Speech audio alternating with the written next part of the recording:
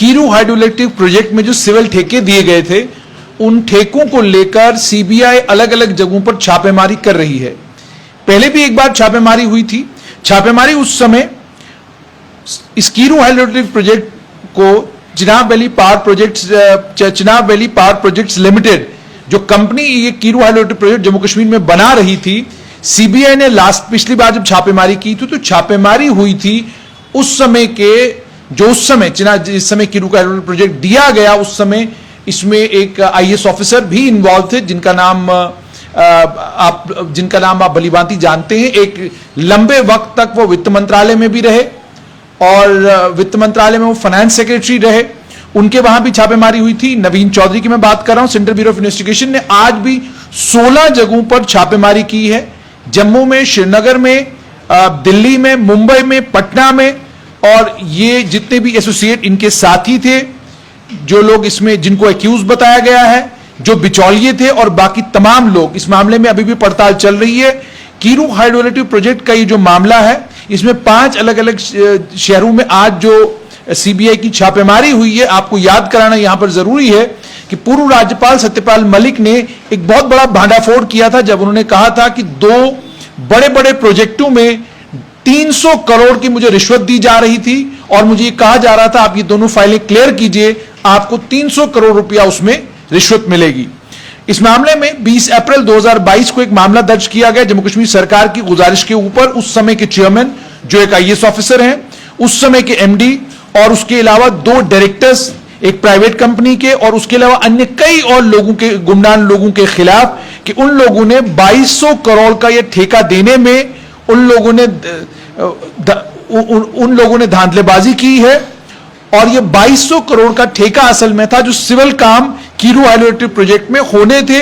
ये 2019 में ये प्रोजेक्ट जो है दिया गया था। इल्जाम ये भी लगा था कि जिस समय कीरू हाइड्रो इलेक्ट्रिक प्रोजेक्ट का सिविल वर्क का पैकेज दिया गया, जो गाइडलाइंस थी ई टेंडरिंग की, उनको फॉलो नहीं किया गया। और हालांकि बोर्ड मीटिंग में जो Chenab valley power projects limited की बोर्ड मीटिंग हुई थी, उसमें यह फैसला लिया गया था कि आप रीटेंडरिंग करेंगे और रिवर्स ई टेंडरिंग करेंगे रिवर्स ऑक्शन के साथ, और ऑनगोइंग टेंडरिंग प्रोसेस को आप कैंसिल करेंगे।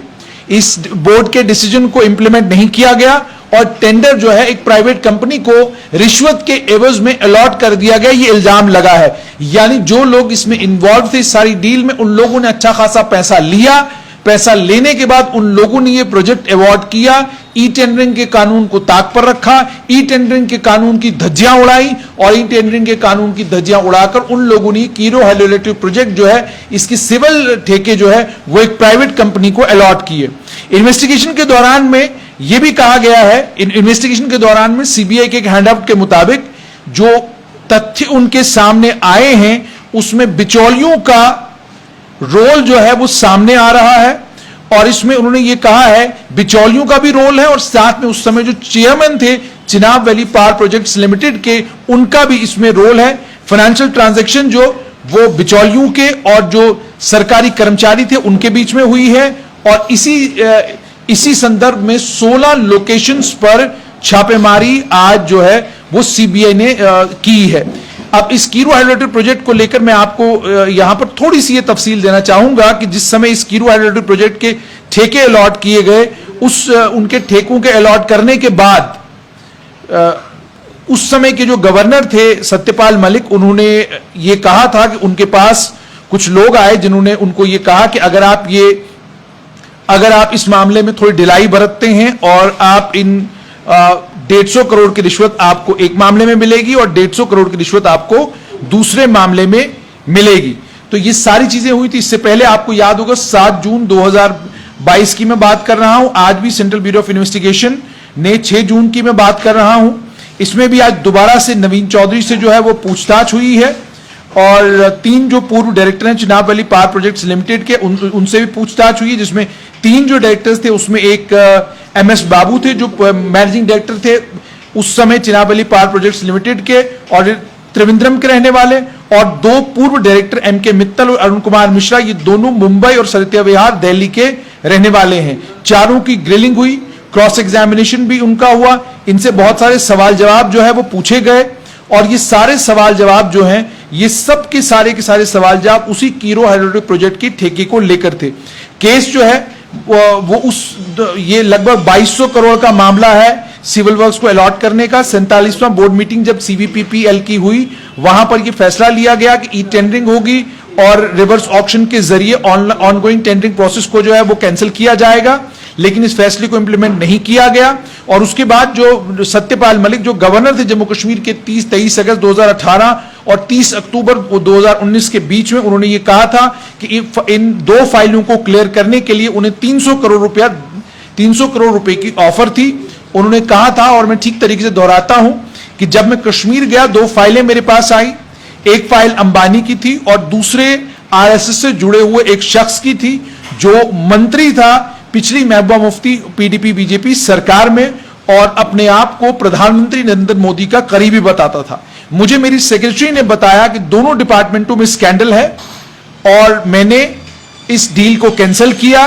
उसने यह भी कहा कि सेक्रेटरी ने मुझे यह भी कहा कि आपको 150 करोड़ रुपए एक फाइल को क्लियर करने का मिलेगा, लेकिन मैंने उनको कहा कि मैं 5 कुर्ते पजामों में यहां पर आया हूं और मैं इन्हीं 5 कुर्ते पजामों में यहां से वापस जाऊंगा। ये बात जो है सत्यपाल मलिक ने की थी। सत्यपाल मलिक ने जिस समय यह बात की, उसके बाद सबको लग रहा था कि शायद इस मामले में पड़ताल आगे नहीं होगी, लेकिन बाकायदा इसमें केस अप्रैल के महीने में रजिस्टर किया गया और उसके बाद इसमें पड़ताल जो है वो शुरू हुई है। अब जो एजेंसी ने आज जो प्रोब किया है वो रुपिन पटेल जो चेयरमैन है, मैनेजिंग डायरेक्टर है पटेल इंजीनियरिंग के मुंबई में, विजय गुप्ता और अमरिंदर कुमार सिंह, इनके घरों पर जो है आज छापेमारी हुई है।